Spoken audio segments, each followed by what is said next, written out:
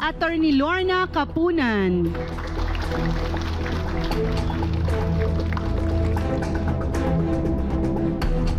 Maraming salamat, Mama Carl. Alam mo, ang pollution dito, hindi lang yung sigang, hindi lang yung air pollution. Kasi klarong-klaro, bawal ang air pollution. At klarong-klaro na may penalty yan, lalo na sa... Saan ba kayong city? Taga ano? Cavite po kami. Cavite. Bacoor. Bacoor. Sa Nyug po kami, Nyug 1. May ordinansa yan sa pollution. At meron tayong batas na tawag na Clean Air Act, no? Whether Manila or probinsya, klarong-klaro na may penalty yan per sigang. Hindi lang yung pag na may nagreklamo, miski na walang magreklamo, kung may ordinansya at binayolate nyo, hindi kayo sumunod, pwede kayong kasuhan.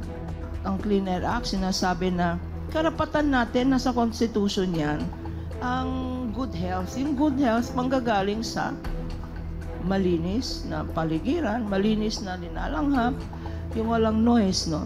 So, ang fine dyan 10,000, mami. 10,000 pesos hanggang 100,000 pesos.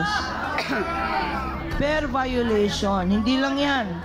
Kung buti kung kukonti lang, no? Pero kung kunyari, hindi lang si floor, no? Pati kapitbahay mo na 50 meters away, nakikita o naamoy yung sigang na yan, meron niyang imprisonment from 6 months hanggang 6 years sa batas yan.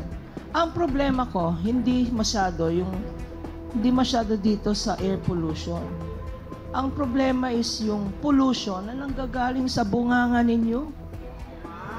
Di ba? Mas grabe yun kasi meron naman mga garbage collector dyan na wag naman natin tanggalin ng dilhensya yung mga garbage collector na yan. I-collect lang natin yung garbage na yan.